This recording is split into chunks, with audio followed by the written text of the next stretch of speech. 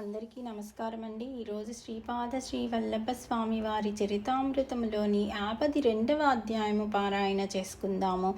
52వ అధ్యాయంలోకి వెళ్ళబోయే ముందుగా 51వ అధ్యాయంలోని కొన్ని ధ్యాన విశేషములను ప్రస్తావించుకుందాం.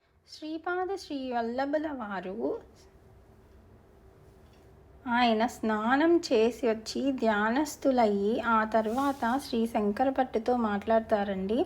అయితే శ్రీపాద శ్రీవల్లభుల వారంతటి వారు ఆయనే ప్రతినిత్యము ధ్యానం చేస్తూ మనందరికీ కూడా మార్గదర్శకంగా చెప్పకనే చెప్తున్నారు. మాస్టర్స్ ప్రతి నిత్యము ధ్యానం చేయండి అని చెప్తున్నారు.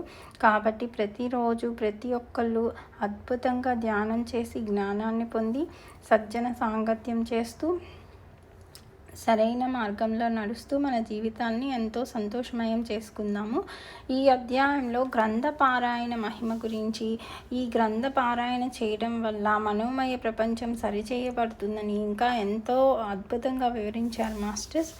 ఇక మనము 52వ అధ్యాయం పారాయణ చేసుకుందాము. శ్రీపాదరాజం శరణం ప్రపత్యే. అధ్యాయము 52. శంకర భట్టు యోగానుభవ నిరూపణ. శ్రీపాదుల వారి దివ్య దర్శనము.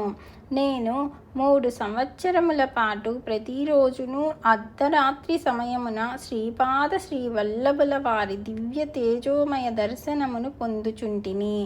నేను నా యోగానుభూతులను ప్రత్యేకముగా ఒక పుస్తకముగా వ్రాసియుంటిని.